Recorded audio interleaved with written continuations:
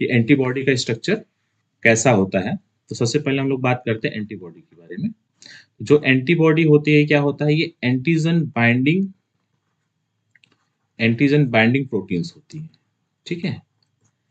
क्योंकि एंटीबॉडी भी क्या है, एक तरह का प्रोटीन है। तो ये प्रोटीन कैसा होता है, ग्लाइकोप्रोटीन होता है, ग्लाइकोप्रोटीन्स होते हैं, ठीक है। तो एंटीजन बाइंडिंग प्रोटीन्स होता है, प्लाज्मा सेल से बनता है, ये तो सबको पता है। और ये जो एंटीबॉडी होती है ये सर्कुलेशन होता है, हमने पढ़ा है ह्यूमरल होता है। ह्यूमरल का मतलब होता है कि सर्कुलेशन में। तो ह्यूमरल होता है, इसका मतलब ये सर्कुलेशन में होता है, यानी एक तरह का सिक्रीटरी जो है बिहेवियर ये शो करते हैं, ठीक है। ह्यूमरल इम्यूनिटी में पार्टिसिपेट करते हैं। इसके अलावा ये क्या करते हैं कि जो एंटीजन को सर्च करते हैं एंटीजन को। इसके अलावा उसको न्यूट्रलाइज भी करते हैं। ओके, अब हम इसका स्ट्रक्चर अगर देख लें तो एंटीजन के बारे में अगर देखा जाए तो इसका स्ट्रक्चर अगर हम देखें बेसिक स्ट्रक्चर में, तो ये 4 पॉलीपेप्टाइड चेन से मिला होता है। एंटीबॉडी स्ट्रक्चर की अगर हम बात करें तो ये क्या होता है, 4 पॉलीपेप्टाइड से मिलकर बना होता है, ठीक है। और उन पॉलीपेप्टाइड्स में 2 हैवी चेन और 2 लाइट चेन होते हैं। तो H फॉर हैवी चेन और L फॉर लाइट चेन, ठीक है। और इनका मॉलिक्यूलर अगर वेट देखा जाए हैवी चेन का, तो उसका मॉलिक्यूलर वेट होता है 50 किलो डाल्टन। और लाइट चेन का देखा जाए मॉलिक्यूलर वेट, तो इसका होता है करीब 25 किलो डाल्टन। और अगर अमीनो एसिड की बात करते हैं 25 का है, इसका मतलब यहाँ पर होता है 254 अमीनो एसिड का होता है ये ए फॉर अमीनो एसिड, ठीक है। और यहाँ पर देखा जाए तो 450 अमीनो एसिड का लगभग यहाँ पे क्या होता है, इसका टोटल अरेंजमेंट होता है प्रोटीन्स का, ठीक है। अब जो इसका स्ट्रक्चर होता है वो कैसा होता है, ये होता है Y shaped, Y shaped structure होता है। अब वाई शेप्ड में क्या है, अगर हम देखा जाए तो ये हो गया हमारा हैवी चेन, ओके। ये हो गया हमारा हैवी चेन, ठीक है। और यहाँ पर क्या है हमारा, ये हो गया लाइट चेन, ओके। और ये लाइट चेन और हैवी चेन जो है, ये दोनों आपस में जो डाइसल्फाइड बॉन्ड है उससे जुड़ते हैं। तो यहाँ पर अगर देखा जाए तो ये डाइसल्फाइड बॉन्ड्स के थ्रू क्या करते हैं, जुड़ते हैं, ठीक है। डाइसल्फाइड बॉन्ड के थ्रू जुड़ते हैं। और इसका जो ये रीजन है, ठीक है, मतलब जो हैवी चेन है उसका ये जो रीजन है, इसको हम लोग बोलते हैं हिंज रीजन। हिंज का मतलब यहाँ पे क्या होता है, मुड़ा हुआ होता है। और यहाँ पर क्या होता है, आपके डाइसल्फाइड बॉन्ड होते हैं, यानी एक दूसरे से हैवी चेन आपस में किससे जुड़ते हैं, डाइसल्फाइड बॉन्ड से।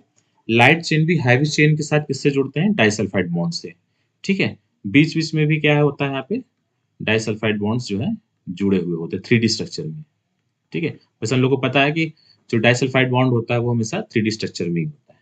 इसका जो अपर पार्ट होता है वो जो है अमीन ग्रुप से होता है, ठीक है। और इसका जो लास्ट का होता है वो कार्बोक्सिलिक ग्रुप होता है। सेम लाइट चेन में भी यही होता है, बाहर ऊपर की तरफ क्या होता है, अमीन ग्रुप होता है, और नीचे जो होता है हमारा कार्बोक्सिलिक ग्रुप होता है, ठीक है।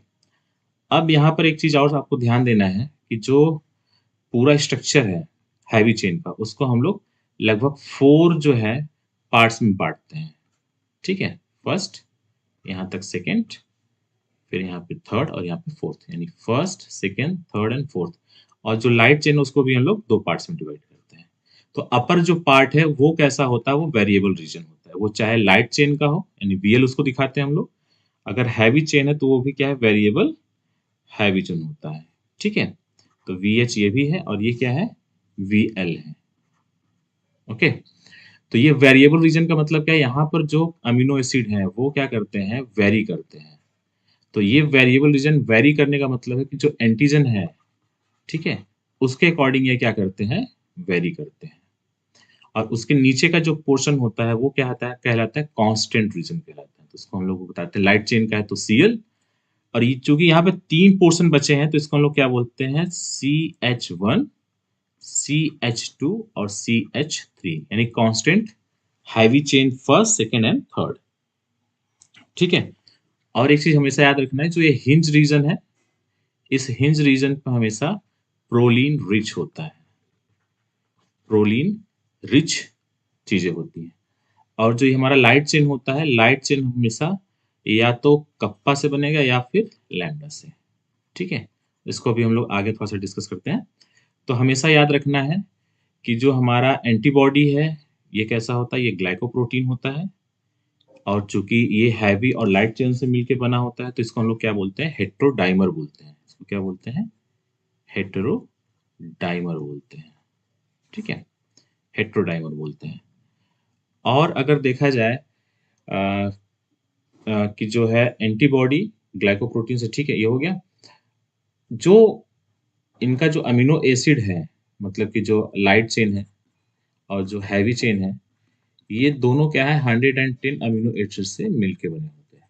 यानी अगर टोटल देखा जाए कि ये जो पोर्शन है, 110 110, ये भी क्या है, 110 110 110 एंड 110। तो इस तरह से ये क्या क्या होते हैं, इससे मिलके बने होते हैं 110 लगभग अमीनो एसिड से, हर हर जो रीजन है, मतलब चार जो रीजन है, CH1 CH2 CH3 और VH। ठीक है। अच्छा, जो कार्बोहाइड्रेट है वो कहाँ जुड़ता है, वो हमेशा कांस्टेंट रीजन में जुड़ता है, ये हमेशा याद रखिएगा। कांस्टेंट रीजन पे ही हमारा क्या करता है, कार्बोहाइड्रेट जुड़ता है। और इस कांस्टेंट रीजन में कार्बोहाइड्रेट जुड़ने की वजह से यहाँ पर इसकी सॉल्युबिलिटी क्या होती है, वो इंक्रीज कर जाती है। तो कार्बोहाइड्रेट और ऑलिगोसैकेराइड्स eight CH, CH1, CH2 and CH3 increase the solubility of antibodies. Okay. Now अगर हम देखें इसके अलावा स्ट्रक्चर में और क्या बचा है, तो जो ये रीजन है ना, वेरिएबल रीजन, जो VH हम लोगों ने बोला और VL बोला, ठीक है, इसको हम लोग बोलते हैं हाइपर वेरिएबल रीजन। क्या बोलते हैं, हाइपर वेरिएबल रीजन बोलते हैं। ओके। अब ये जो हाइपर वेरिएबल रीजन है, इसको हम लोग क्या बोलते हैं, कंप्लीमेंट्री डिटरमाइनिंग रीजन ही बोलते हैं। क्या बोलते हैं, कंप्लीमेंट्री डिटरमाइनिंग